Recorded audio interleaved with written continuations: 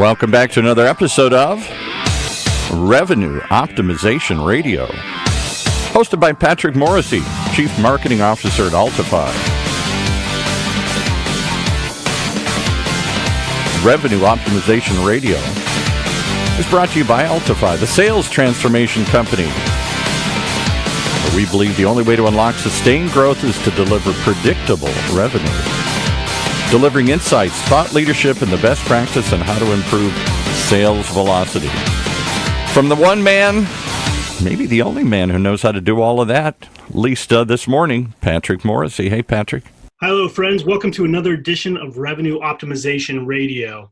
As you know, if you tune into this show, if you either subscribe to it, which we thank you for, or pick us up on iTunes or Spotify or wherever you get your podcasts, what we try to do is bring interesting people who are really key to making sales not just a discipline that people can be good at, but something that organizations can really excel at. And I'm pleased to welcome somebody who is really an expert in this topic and has seen what great selling looks like at scale for some of the best companies on the planet, including Box, Salesforce, and Google. I'd like to welcome everyone and welcome you, Doug Landis, to Revenue Optimization Radio. Well, thank you so much, Pat. We go way back. In fact, you and I have both seen quite a number of highly successful and world-class sales leaders in our history. That's exactly right, we have. And that's one of the reasons I wanted to get your perspective, because you've seen this at different sizes and scales, and you apply enterprise expertise to growth companies. And for those people who don't live and breathe in the Valley every single day and don't know the legend of Emergence Capital, give us a little context for Emergence as well as your role as a growth partner. Sure. Not a problem. So Emergence Capital is a tier 1 VC firm out here in Silicon Valley. We are a hyper-focused firm in that we only focus on B2B enterprise SaaS companies. So we were the first investor in Salesforce and Yammer and Box and Viva and SuccessFactors and ServiceMax and Zoom that just recently went public. I think what makes us successful is that we're really focused. We only do B2B enterprise SaaS. We're driven by our values. So we want to be the most important partner to the most important companies. We're focused on people who are changing the future of work. And so fundamentally at the core, it makes it really easy for us to partner with our portfolio companies. We're very active investors. And interestingly enough, it was part of the impetus for my role. And as growth partner, I do not do growth investment as it is in some organizations. In fact, my focus is, while I sit on the investment committee and I help us to source deals and do due diligence on deals, I'm more focused on helping our portfolio companies after we invest figure out how they're going to scale and grow on the go-to-market side. Since I've seen it a number of different times at Box, I was there in the very early days. At Google, I was there in the early days. At Oracle, I was there in the early days. Salesforce, I was there in the early days. So I've seen this, it's just enormous growth. And more importantly, I've seen all the mistakes. And so I have the good fortune where I get to partner with our early stage companies and basically give them some free go-to-market consulting, but not just from an ivory tower. I get in there, I get tactically in the weeds, and I help them think through their sales process, their sales strategy, build operating models on the go-to-market side, hiring plans, hiring strategy, interviewing candidates, the works. And it's a blast. I have so much fun doing it. And it sounds like you're doing some good work too. Having worked at Box, Salesforce, Google, Oracle, I think you did good work there because it seems like those companies are doing pretty well. And yeah, I like to say, they always say what success is a combination of luck and effort. I've maxed out on the luck side for sure. Exactly. So now the truism in the Valley is, luck, effort, and Landis, and you are gold, absolute gold. So I will take that. Luck, effort, and Landis. I like it. So let's get into a couple of things that I heard you on a podcast some time ago, and I don't remember who it was with. And immediately I thought, number one, I need to pick up the phone and call you because I hadn't talked to you for a while. But number two, you had some controversial takes on a couple topics that I wanted to drill into. And the first of which was the whole notion, the nomenclature, the naming of sales enablement is crap. Talk to me about your point of view about sales enablement. Oh, man, I think I'm developing a reputation for this. Well, listen, here's the deal. I'm an OG in this world of sales enablement. Sales enablement, by the way, didn't exist 9 years ago. It was a phrase that actually came out of Forrester at a their B2B marketing conference. And one of the things they realized is a large portion of a marketer's focus and responsibility is ensuring that the sales team, the internal organization, has the right tools and assets, the right pieces of content, competitive material, industry insights, industry benchmarks, ROI tools, et cetera, that the sales organization is enabled and empowered to actually go out and have better conversations. What's interesting though is if you unpack this, like we'll call it 17 years ago when I first got involved, and I made the transition from being a member of the bag-carrying kind of sales ecosystem to this world of what we called sales productivity. 17, 20 years ago, sales training was owned by HR, right? And HR, unfortunately, salespeople like us would be sitting in the room and we're like, oh, sales training by HR would be like a 3-day event. You're like, shoot me in the head because it's not custom to my world. So I pick up maybe 1 or 2 things and off I go back to my day job. And one of the things that was interesting when I got to Google was we decided to move the whole function underneath the sales leadership. So Tim Armstrong, the CRO at Google at the time, was like, no, this is going to be owned by me. And it's going to be, we want sellers, i.e. like me, to impart some of the best practices and try and extrapolate some of the things that we knew were helping to accelerate the performance of the sales team and individual sellers. It's really difficult when you take somebody from the outside that's never carried a bag, that's never sat in the seat of getting a rejection, or when you've committed a deal and all of a sudden you lose it at the 11th hour. It's really tough to have that level of credibility when you're standing in front of a sales team. And as a former seller, I know what metrics really matter. And so when I got to Salesforce, I would argue one of the most iconic and successful sales organizations on the planet. When I got there and they had built an onboarding program to my good friends, Mr. Brian Breckenridge and Nate Bride. And that was about it. And so when I got there, my focus was, well, how do we actually take that and focus on our existing sellers? How do we accelerate the performance of our existing sellers, raise our D and C and maybe even B players to all become A's and get more people to hit quota? And so what we did was we built out this ecosystem called sales productivity because it's very metrics driven, right? It was like, okay, we know what metrics we want to impact. We know what metrics matter to drive the business. And so our programs are going to be based on those metrics that we want to try and drive. The problem that I have with sales enablement, it is content centric. And it is more content forward. And so this idea of like, oh, sales enablement now opens up this umbrella where you can have people from L&D, from sales operations, from the pure trainers, if you will, or former sellers to come into this world and say, hey, I'm going to show you how to get better at your job. Not to say that they can't do that, but I think it misses an element of the discipline, which is actually having sat in the seat, worn the hat, worn the shoes, and therefore have that level of credibility and also empathy about what it really means to be an SDR, a BDR, commercial AE that's got to do 80 transactions a month, or even a strategic AE that has basically your entire year is predicated on one deal, right? So the idea, so my angst around this idea of sales enablement is I believe sales enablement is more of a spoke in the larger wheel of what I call sales productivity, or moreover, actually more like revenue acceleration. Because the truth is today, it's no longer just about sales, because everyone in the company should be responsible for helping to drive revenue. Because I look at revenue as a long-term game. We got to earn our customers' business every month. And that means the product needs to work. That means we need to support our customers in the right way. We need to market to our customers the right way. And we need to engage on the sales side with our customers in the right way. And so therefore, it's the responsibility of the whole company. And so this idea of sales enablement to me feels very singular in focus and also very content focused. That's why I have so much angst around the phrase, because everyone seems to be anchoring around it, but I think it's misanchored. That's why I get really passionate about it. Well, I think you unpacked a whole bunch of stuff there that's right on the money, and starting with just that making the connection with we're going to help you sell better. And any sales rep worth their salt is going to say, so talk to me about your sales experience. And when they find out the person doing the training has zero, it's a very short conversation. Yeah. I mean, look, that we all talk about, like, I believe that one of the most powerful characteristics in successful sellers is empathy, right? And so same thing goes true if you're working internally. The people that you're trying to motivate, or if you're trying to change behavior, the more you can empathize with the people that you're trying to engage with, the stronger the connection and relationship is going to be. And of course, the more they're going to trust you.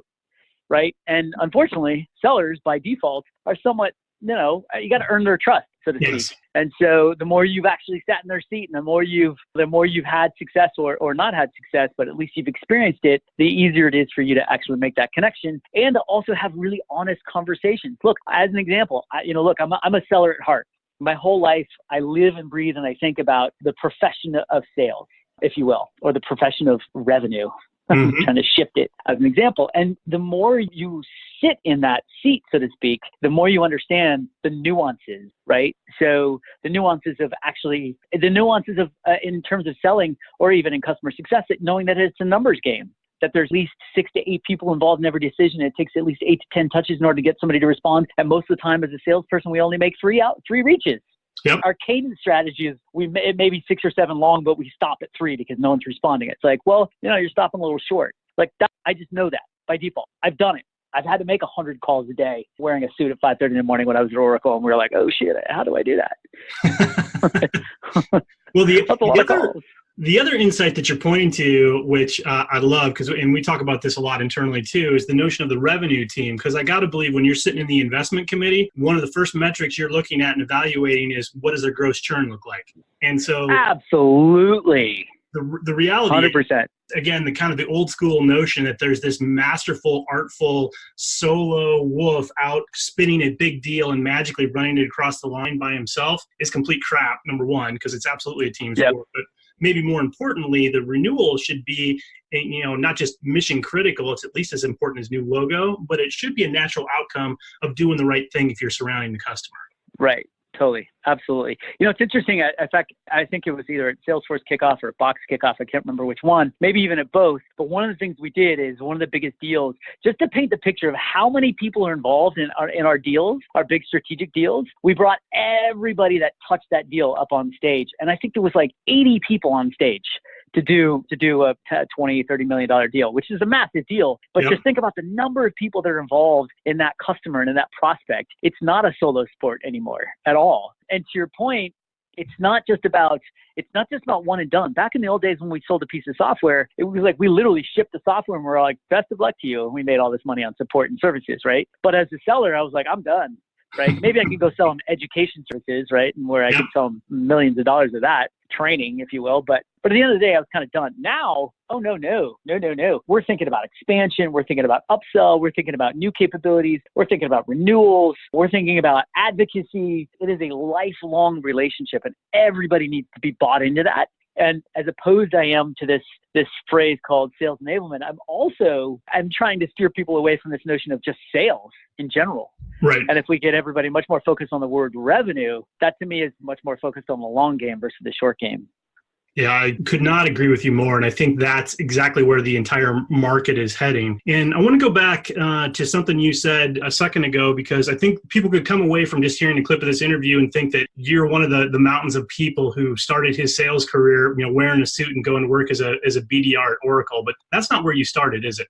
No, not at all. And by the way, it's like one of those areas that I wish everybody went to boot camp in the Army or the Marines, because the level of discipline that you get. I also wish everybody actually had like a 6-month stint at Oracle, because I tell you what, man, they train you with a certain amount of discipline that is necessary in order to be successful in this revenue-driven world that we live in. But to be totally honest, my selling career actually didn't start at Oracle. It actually started at Black & Decker. I got a job right out of college. So I had a company car and expense account, and I covered Canada to Mexico, and they had just launched this new division called the Accessories Division. We had just bought DeWalt Power Tools, which my good buddy John Barrows was actually working for, which is funny. I did not know that at the time, but we were actually working there at the same time, which is bananas.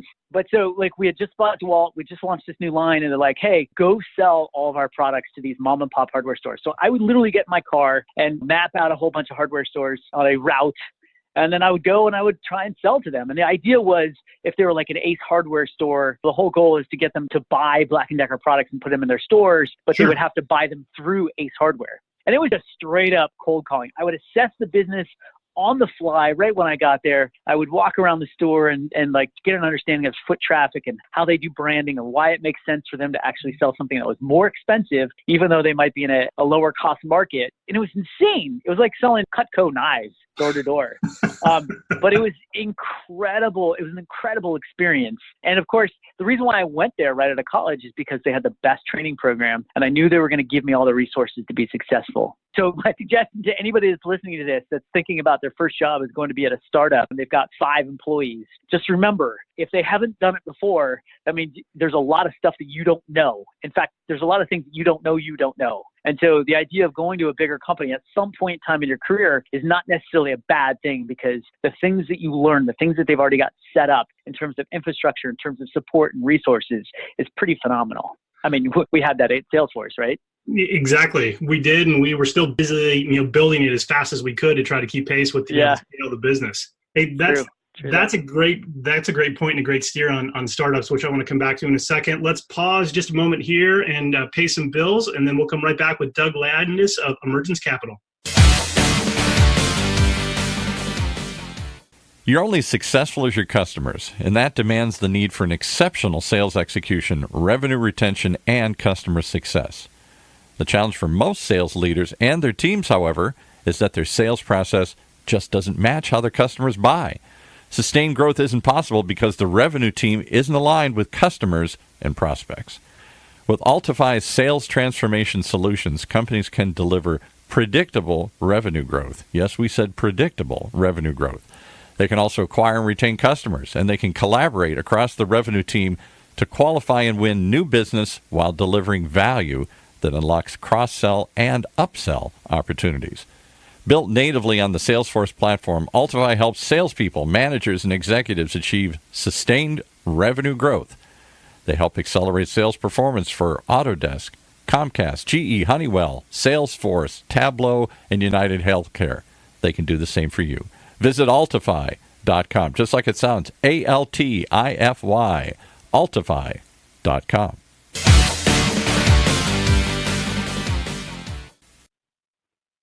Welcome back, everybody. Our topic today is really focused on sales productivity and what does great look like in selling. And we've been talking with Doug Landis, who's a growth partner at Emergence Capital, which is one of the legendary VCs in Silicon Valley, having been early funders of names you know like Salesforce and Box and Viva and Yammer and SuccessFactors, and most recently a big investor behind Zoom that went public earlier this year. And you were just commenting about, you wished everybody went to boot camp at Oracle or spent 6 months at Oracle and learned the discipline and learned what good looks like in a really sophisticated, really impressive sales organization. That culture is not for everybody, but you got to be a player to be in that building and stay in that building. And that really gets to taking the continuum of what great in selling looks like. Talk to me a little bit about your perspective on the role of rep credibility and what is the role that stories play in terms of helping shape a vision and align with the customer and drive an outcome. Yeah. So let me unpack something first before I do that. This idea of like why I think everyone should spend 6 months in a big company or 6 months at Oracle. Because look, at the end of the day, we all know to be successful in selling, whether you're in sales or you're in customer success and you're driving renewals or expansion or whatever it may be, the idea is this: there's an art and a science to it. Mm-hmm. And the science piece is the numbers element, right? The science piece is you have to reach out to somebody 8 to 10 times in order to get them to respond, right? You have to have a new message and a new reason why you're reaching out to them every single time. You have to reach out to 6 to 10 different people involved in a buying process because there's multiple people involved in that decision that most of the people we don't even know about. Hence the reason why we need org charting capabilities like the capabilities that you guys offer there at Altify. The reality is, to me, that's the science. The art piece, i.e. when someone actually answers the phone, what you say to that person is going to be different, right? You're going to have your own little spin on it. I'm going to have my own little spin. And that, to me, is kind of the art of the human element of it. But I will tell you, what will make you stronger and better and faster at being able to articulate who you are and why somebody should have a conversation with you is your ability to tell stories. Because storytelling, it's a visceral skill that we all have inside of us. I call it your weekend self, right? It's the thing that you do when you leave work and then your wife or your partner, your friend or whatever says, well, how was your day or what's going on? And you tell a story. You're like, oh, guess what? I did this podcast today. Or, oh, hey, we just announced our funding of this company that's based out of New York. And let me tell you about it. We talk in story form all day long, but unfortunately, then we get to work and we speak in bullets and fragmented sentences. And it's hilarious. It's like, why are you doing that? And I think part of it is people have this preconceived idea that a story or a narrative is this long diatribe, and it doesn't have to be. Right. It just has to be a narrative, meaning like, what is your point of view? Who are the characters? Where's the drama? Where's the emotion? And we all have it. And so the question is can you actually apply a narrative to everything that you are talking about with your customers and prospects? So if you're going to talk about, say, how we're different than our competition, tell a story. Don't just say, here are the capabilities that we deliver, and here's what they deliver, and here's how we're different. No, tell a story. Give an example of a customer and how they saw the difference. Because guess what? It makes it easier for me, the recipient, to go, oh, I can put myself in those shoes of the character. I can understand the differences, and it actually helps me to internalize it. Because guess what I have to do? The moment I get off the phone with you, I have to turn around and sell it internally. Yes. The stories that I'm going to use that are actually going to help me to sell your ideas internally. And so whether it's a story about how you're different than competition, or the real value that you deliver, or who you are and why you exist, or why you work there, but there's just a number of stories that you have to be able to tell. And so the better you can become at storytelling, I would argue the better you will be at delivering happiness to your customers. And Eric from Zoom, I'm stealing that from you because I love it, because that's our job, is to deliver happiness. It is, but it's also to help them contextualize the narrative, because I think one of the things that gets missed in the storytelling is, hey, if I'm in an evaluation right now and you're my sales rep, I'm thinking about the parameters I have and the reality I live in and what my MBO looks like this quarter and what time I got to leave the office to pick up the kids. And I may not be thinking, or I may not even have the capacity to even understand the questions of what's going to happen next quarter or next year, or what are the other things I need to be thinking about to really help me get to success.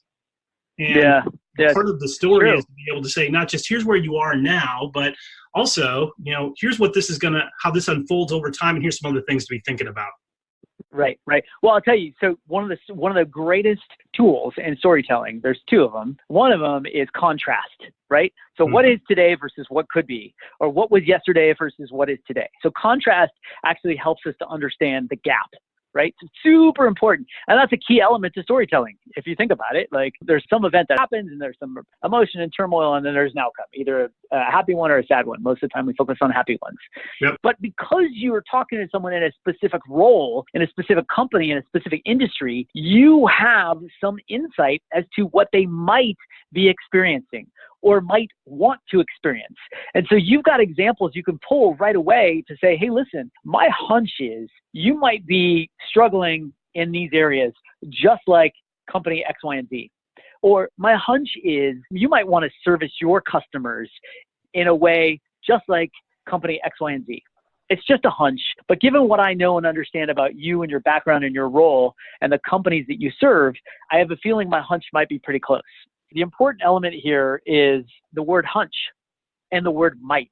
What's interesting is highly paid consultants that are the consultants to the CEOs of Fortune 100 companies. They go out and they do their assessment of the business, and then they make recommendations to the CEOs or to their constituents. And you know what they say? The words that they use are the words might.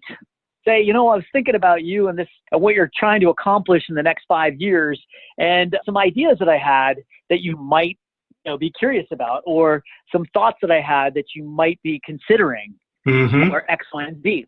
By using the word might, all of a sudden gives the other person one, you're not forcing them to be on the defense, because you're not saying, hey, by the way, I know you and your role, and you're struggling with X, Y, and Z, right? And they're going to be like, what? Who the hell are you? You don't know me. But if you approach it, and I'm such a fan of like linguistics and the words that you use, and they're so incredibly important because you only get so many, although I try and jam a shit ton in a very short period of time because I talk very fast. But the reality is by using the word might, all of a sudden now you come across much more as like an advisor or a consultant versus a seller. And so one, thinking about the narratives that you're going to say, or you're going to tell. Two, using past experiences from existing customers or customers that are similar to them is super important. And three, sharing this information in a manner that is not offensive, if you will, by using words like might or my hunch is, actually helps to diffuse the kind of the emotion that is automatically associated with sellers. Unfortunately, for all of you out there who are selling, whether you're in customer success or you're in sales, or hell, even if you're in marketing, you by default, we as buyers try and keep you at arm's length because we feel like we can't really trust you. And so the more you can help to break that down by using narratives, using words like might, and trying to just be focused on being a servant seller and being helpful, I think the better off your career will be. That's fantastic advice, Doug. And that actually leads me to, I got only a couple more questions for you, because you hit on multiple times the importance and the notion of empathy in great selling. But when you step back, if you're the head of sales or you're the CEO, et cetera, and you're trying to think about how do I drive greater productivity across the entirety of my team, what are the two or three pieces of advice or direction you'd steer them to in terms of what to pay attention to take it up another level? Whether you're a small growth company on the way up or you're somebody at scale really trying to figure out what dials do I turn to help get the most out of the resources I have. I'd say it's interesting. There are two people who I I admire greatly and that are masters in the profession of sales. Mr. Mark Roberge from HubSpot and my good buddy Rob Jepson. They're actually both good friends of mine from Xvoyant. And one of the things that they both anchored on, which has largely driven their success, is this idea of understanding someone's coachability and being able to measure someone's coachability. So if you want to raise the productivity of your entire organization, it's not about moving the middle. Sorry, that was done 20 years ago. That's old school thinking. The reality is even your A players need to be coached. Yep. Your A players can become A+ players, and your C players can become B players, and B players can become A players. Everybody deserves to be coached, right? And whether you're coaching on process or whether you're coaching on opportunity or whether you're coaching on a person, it doesn't matter. We all can use coaching. But the question that you have to ask yourself is, how do I measure someone's coachability? And one of the ways that Mark did it at HubSpot was he would say, hey, present to me or give me the pitch of this company, and then I'm going to give you some feedback. And based on the feedback that I give you, I'm going to ask you to present again, and we'll see how well you listen.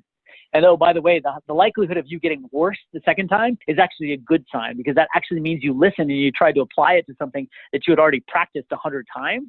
And so 99.9% of the time, it's going to be worse than it is better, right? Because you're going to get all up in your head and you're going to likely screw it up. And that to me says that you're coachable. Right. And Rob and his company Xvoyant actually helps you to measure someone's coachability. And that's super, super important, because you can't really tell if you're going to increase someone's overall productivity other than looking at their numbers, right? Because if you're looking at just pure productivity, it's dollars per head.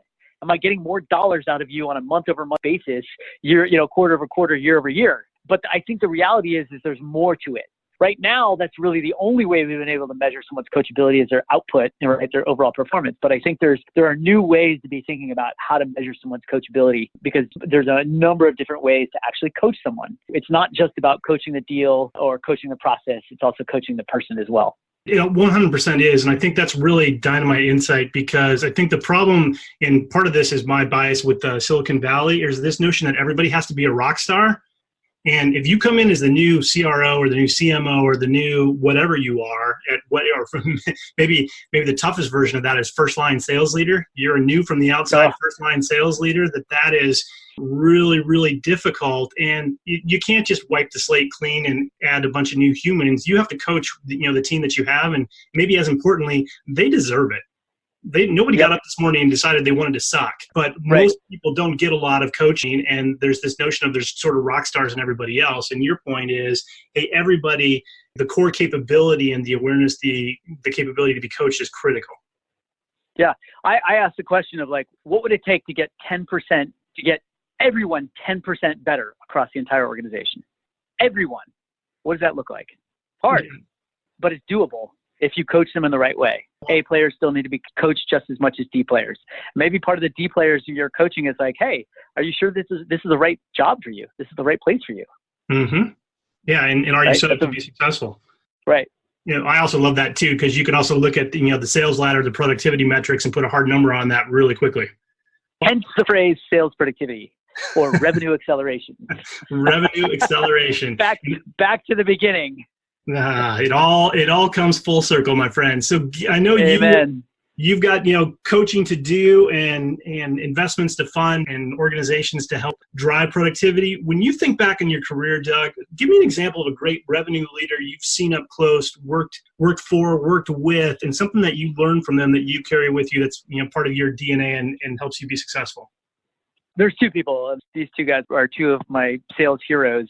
Jim Herbold, who was the VP of Sales CRO at Box in the early days. And what was really interesting about Jim, and I'd say Jim's superpower, is he's just maniacal in the weeds, in the data, and he's just a data and process just expert, and he's a machine at data and process. But he also, as a VP of Sales, he knew everybody on a first name basis, and he knew everything about them.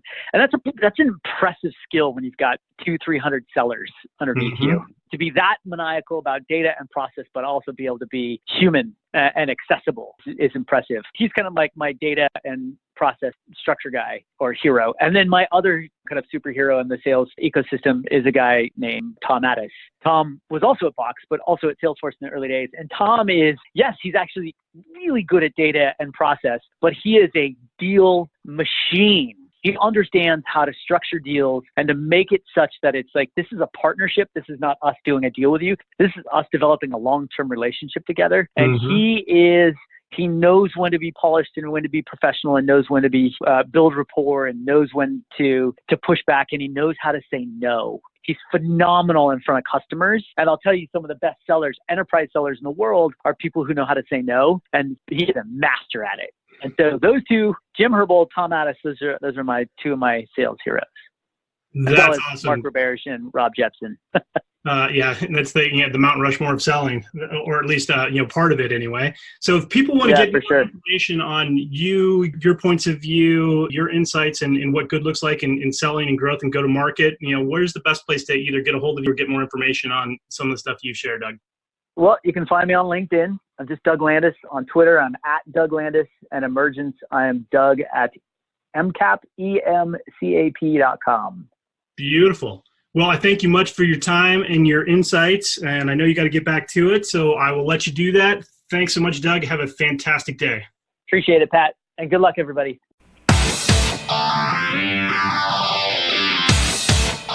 You've been listening to another episode of Revenue Optimization Radio, brought to you by Altify, right here on the Funnel Radio Network for at-work listeners like you.